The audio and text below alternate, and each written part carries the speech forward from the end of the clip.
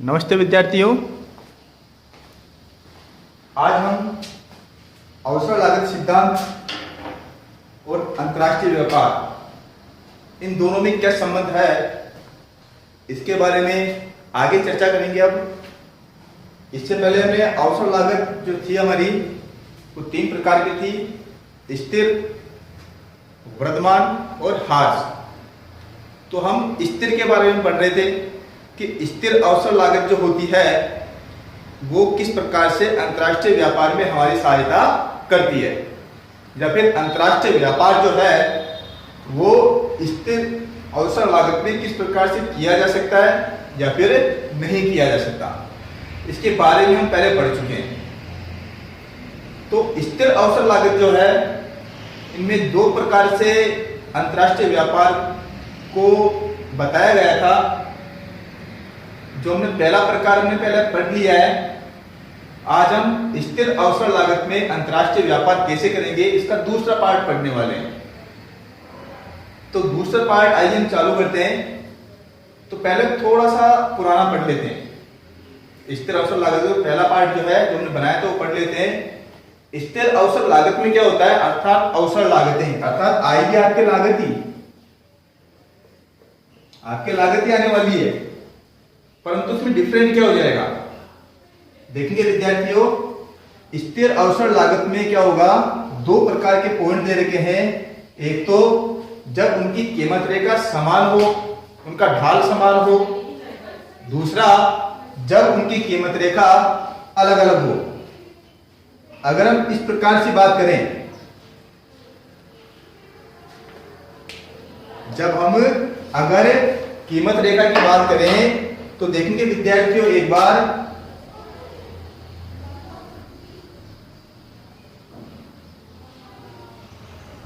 ये दो देश लिए हमने। ये मान लेते हैं कि ये ए देश है और ये बी देश है, ठीक है। ये भी गेहूं का उत्पादन कर रहा है और यहां पर ये हम बाजरे का उत्पादन ले लेते हैं। एक तरफ हम गेहूं का उत्पादन ले रहे हैं, एक तरफ हम बाजरे का उत्पादन ले रहे हैं। इसका पूरा वीडियो पहले बना दिया हमने। हम तो केवल आगे जो पढ़ने वाले हैं उसका बेस तैयार कर रहे हैं हम। इससे पहले वाले वीडियो में आप ये देख सकते हैं, पढ़ सकते हैं, कोई दिक्कत नहीं है। तो यहाँ पर क्या देखने को मिल रहा है, इसे हम कीमत रेखा कहते हैं विद्यार्थियों। तो ये जो कीमत रेखा है इस देश की और ए देश की, अर्थात बी देश की कीमत रेखा और ए देश की कीमत रेखा, दोनों का जो ढाल है वो ढाल दोनों बराबर है। जब इन दोनों का ढाल बराबर है तो इस ढाल से ये साबित होता है कि जितना उत्पादन गेहूं का ये बी देश कर रहा है उतनी लागत पर ए देश भी उस वस्तु का उत्पादन कर रहा है। उत्पादन कम या ज्यादा हो सकता है। देखेंगे जो बी देश है वो ओ से लेके और B1 तक उत्पादन कर रहा है, जो उत्पादन ज्यादा कर रहा है, ठीक है। और ए देश जो है हमारा वो O से लेके और A1 तक उत्पादन कर रहा है।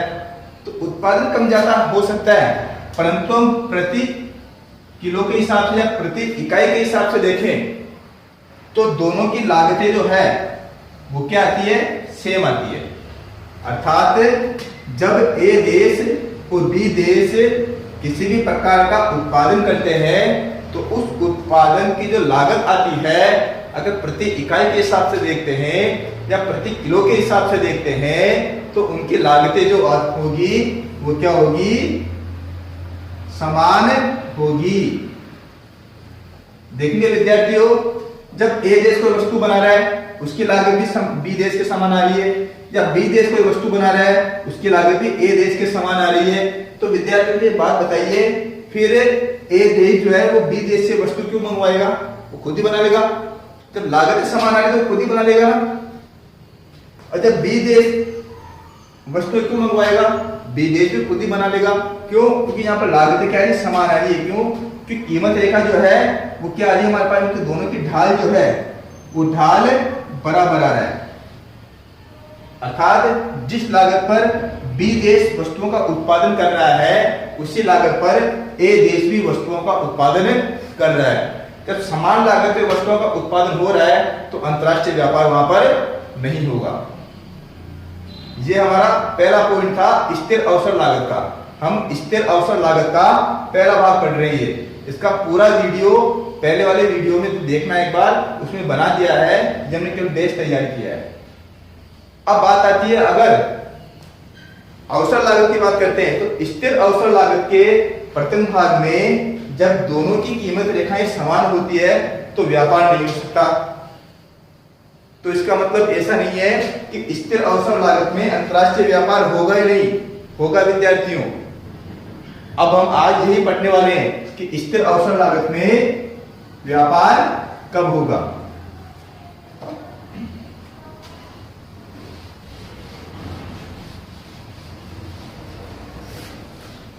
अब बात करते हैं स्थिर अवसर लागत में व्यापार कब होगा। तो देखेंगे विद्यार्थियों एक बार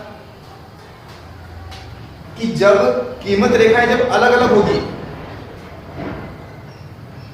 ठीक है, देखेंगे आपने बात, जब दो देशों का उत्पादन संभावना वक्र अलग अलग होगा, अर्थात जब दो देश आपस में किसी वस्तु का उत्पादन कर रहे हैं और उन उत्पादन की संभावना वक्र जो होती है, उनकी कीमत रेखा जो होती है वो अगर अलग अलग है, कीमत रेखा अर्थात की लागत जो आ रही है वो अलग अलग आ रही है, तो वो फिर अंतरराष्ट्रीय व्यापार कर सकते हैं। कैसे कर सकते हैं विद्यार्थी, देखेंगे एक बार। ए देश है, ए देश जो है और एक बी देश है। ए देश और बी देश ये दोनों के दोनों एक कुर्सी का निर्माण करते हैं। क्या बना रही है? कुर्सी बना रहे हैं। देखना विद्यार्थियों, अब हम ये मान लें कि कुर्सी बनाने के जो संसाधन जो हैं वो बी देश में अधिक संसाधन है।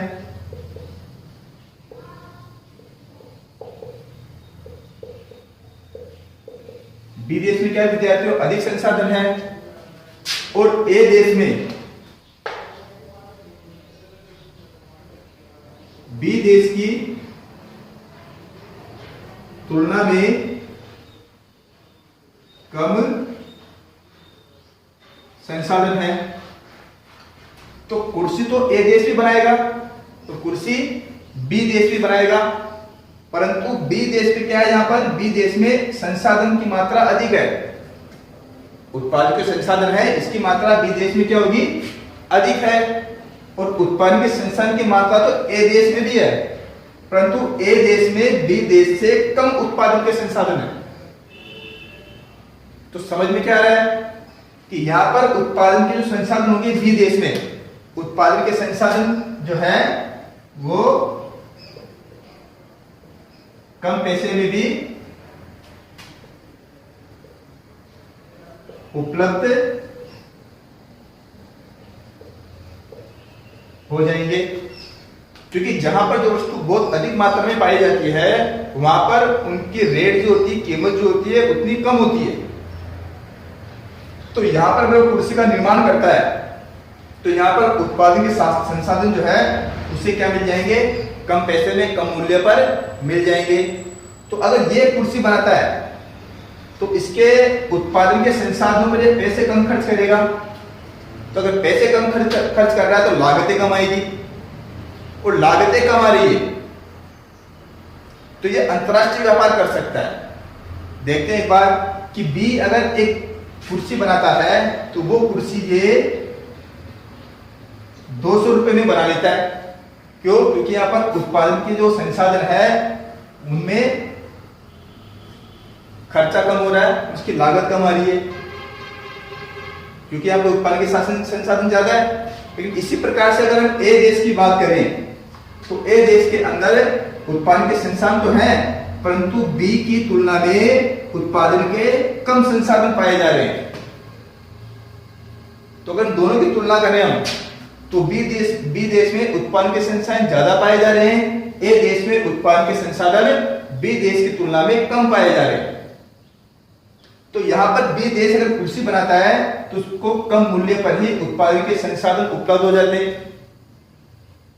अर्थात हमने 200 रुपए ले लिए कि 200 रुपए में लगभग एक कुर्सी बना लेगा, परंतु यहाँ पर उत्पादन के संसाधनों की बात करें यहाँ पर महंगे मिलेंगे, क्योंकि उत्पादन के संसाधन यहाँ पर कम है। तो इसकी लागत अगर ये कुर्सी बनाता है तो ये करीब 350 रुपए की कुर्सी बनाता है। तो एक बार नोट करना विद्यार्थियों, ए देश जो है अगर कुर्सी बनाता है तो 350 रुपए की पड़ती है। क्यों? क्योंकि यहाँ पर उत्पादन के संसाधन कम है। और बी देश अगर कुर्सी बनाता है तो 200 रुपए की बना लेता है। क्यों? क्योंकि यहाँ पर उत्पादन के संसाधन की मात्रा अधिक है। तो ऐसी स्थिति में क्या होगा? ऐसी स्थिति में बी देश जो ए देश जो होगा वो ए देश स्वयं क्या करेगा? वो कुर्सी का उत्पादन नहीं करेगा। ये स्वयं कुर्सी का उत्पादन अब नहीं करेगा। अब ये क्या करेगा? ये बी देश जो है इससे कुर्सी का क्या कर लेगा? ये आयात कर लेगा।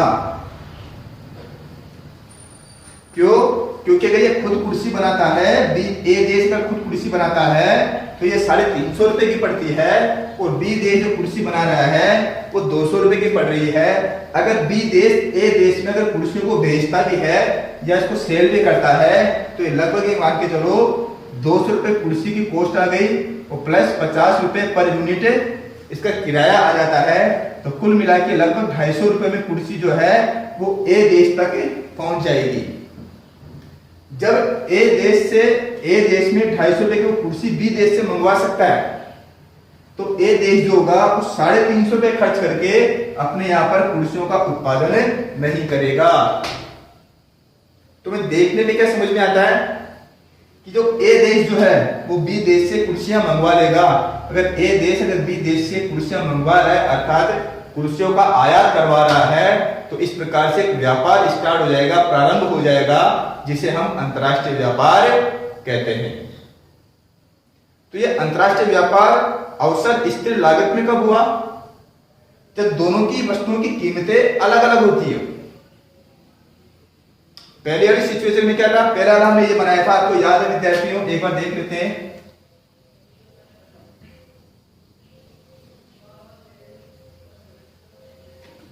पहले हमने ये वाला ग्राफ बनाया था विद्यार्थियों।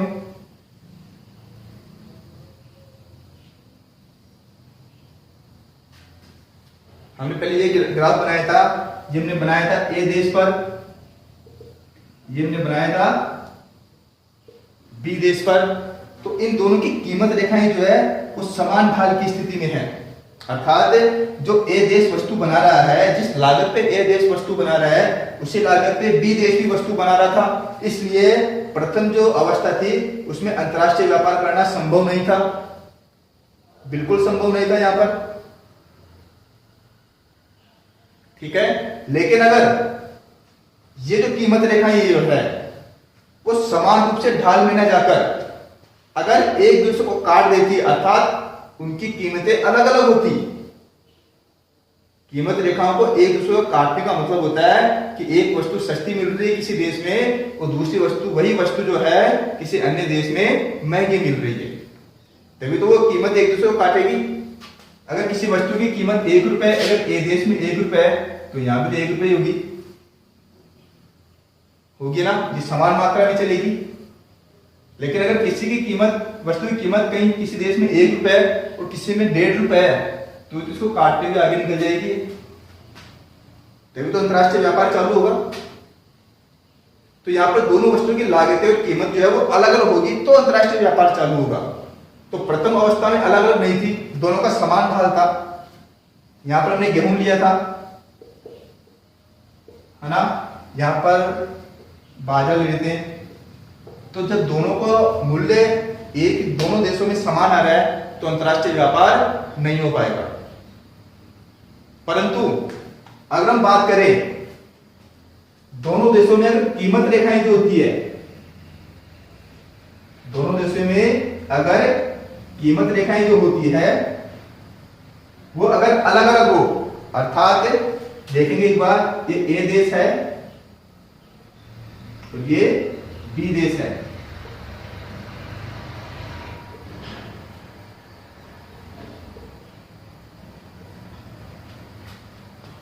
ठीक है विद्यार्थी, ए देश हो गया, ये बी देश हो गया है। अगर ए देश जो उत्पादन कर रहा है वो इतना उत्पादन कर रहा है बाजरे का, ठीक है, और बी देश जो है वो बाजरे का उत्पादन जो कर रहा है वो कर रहा है ओ से लेके बी तक, अर्थात ये इतना उत्पादन कर रहा है। तो हम देखने को हमें क्या मिलता है कि बी देश जो है उसके पास बाजरा उत्पादन करने की जो कैपेसिटी है, बाजरा उत्पादन करने के जो संसाधन है वो बी देश के पास अधिक है, क्योंकि ए देश जो है वो इस पॉइंट तक ही क्या कर रहे हैं, बाजरा का उत्पादन कर पा रहा है, ठीक है, क्योंकि यहां पर संसाधन ए देश को कम मिल रहा है बाजरे का, लेकिन बी देश जो है वो ओ से लेके बी तक अर्थात इस पॉइंट तक वो बाजरे का उत्पादन कर पा रहा है, क्योंकि यहां पर संसाधन अधिक हैं। वही हम गेहूं की बात करें तो गेहूं में क्या हो रहा है विद्यार्थियों, अब उल्टा हो जाएगा इसका, बी देश जो है उसके पास जो है गेहूं उत्पादन करने की क्षमता जो है वो कम है।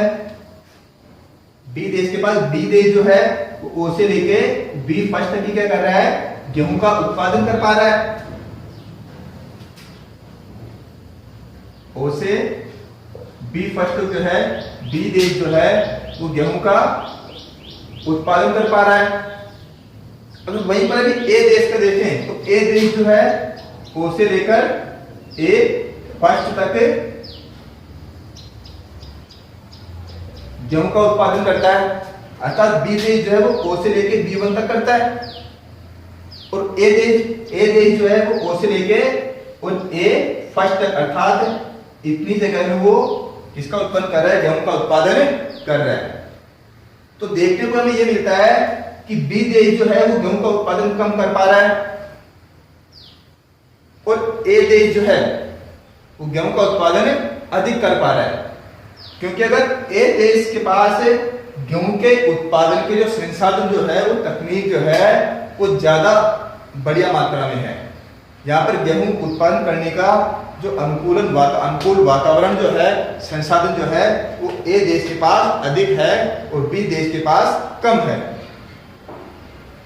तो जहां पर अधिक उत्पादन हो रहा है, जो देश अधिक उत्पादन कर रहा है वो क्या करेगा, अपने लिए तो रख ही लेगा, अपने देश के लिए संसाधनों को जो उत्पादन किया वो उत्पादन रख लेगा, और बाकी जो एक्स्ट्रा बच रहा है वो उसे अन्य देशों को बेच देगा।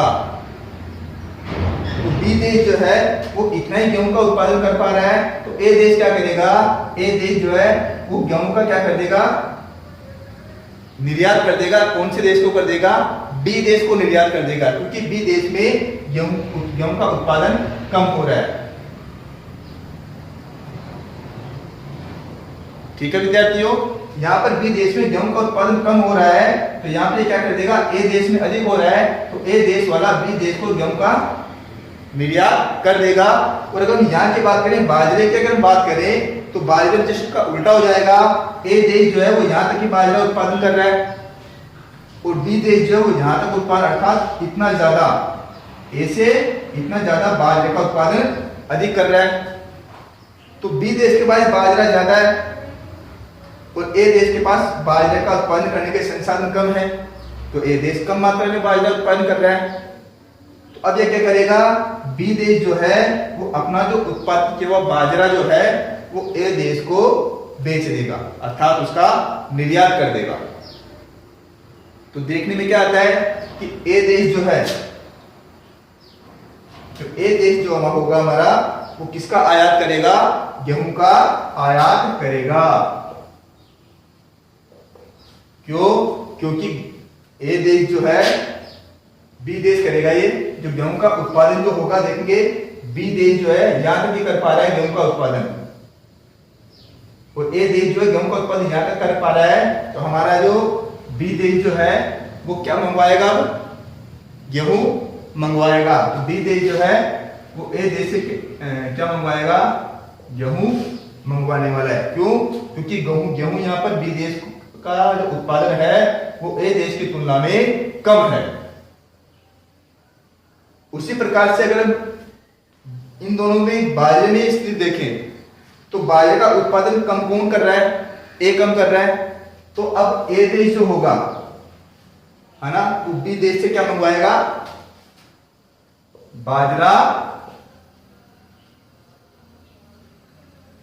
बाजरा मंगवाएगा। तो यहां पर ये अंतर क्यों आया? जिसके बारे में यहां पर पढ़ लिया है कि अगर बी देश किसी वस्तु का उत्पादन करता है तो यहां पर उत्पादन के संसाधन ज्यादा है, इसलिए बी देश जो है वो सस्ते भाव में उत्पादन अधिक कर लेता है, कम कीमत पर भी उत्पादन कर पाता है। और यही बात ए देश की बात करें तो ए देश के अंदर वही चीज जो है जो बी देश 200 रुपए में तैयार कर रहा था, वही देश जो है ए देश जो है उसको 350 रुपए में तैयार कर रहा है। तो यहां पर उत्पादन के संसाधन की मात्रा कम है, इसलिए वो क्या करते हैं कि स्वयं उत्पादन न करके जहां पर उत्पादन ज्यादा हो रहा है उससे वो वस्तुओं का आयात कर लेते हैं।